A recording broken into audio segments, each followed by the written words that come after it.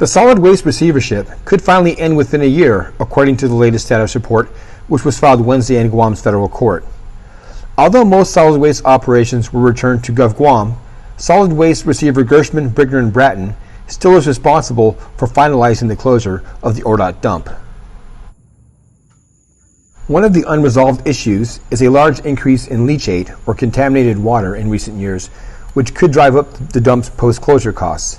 Engineers continue to investigate the source of the increased leachate, according to the status report, which states it's possible the flow is caused by leaking water lines in the area.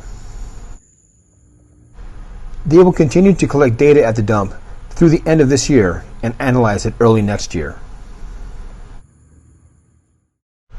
According to the report, GovGuam can take over the dump once the receiver completes several tasks, including submitting an environmental report, certifying that the site no longer receives solid waste, and completing a custodial trust agreement for the dump's post-closure care. A status hearing is scheduled on the dump receivership next Wednesday in the district court. Hapaday, Guam. Military service members stationed on Guam and other overseas locations will see reductions in their cost of living allowance.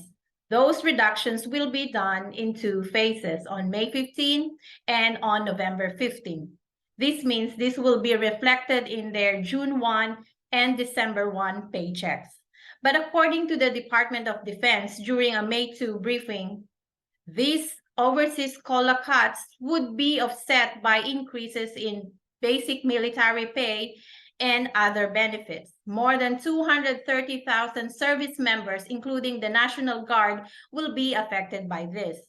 For more on this story, log on to guampdn.com. Hapaday, this is Dana Williams with Pacific Daily News. Regular unleaded gas fell below $5 a gallon on Wednesday, dropping 10 cents to $4.95 a gallon. It is the second price decrease in a week. Nationally, the average price of gasoline was at $3.59 a gallon on Wednesday.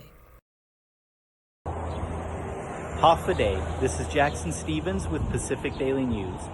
Wednesday evening, 3 sailors from a Spanish ship retracing Magellan's steps met with University of Guam educators from their traditional sailing program at the UOG Canoe House in PT to discuss traditional forms of navigation. For more on this story as it develops, please visit guampdn.com.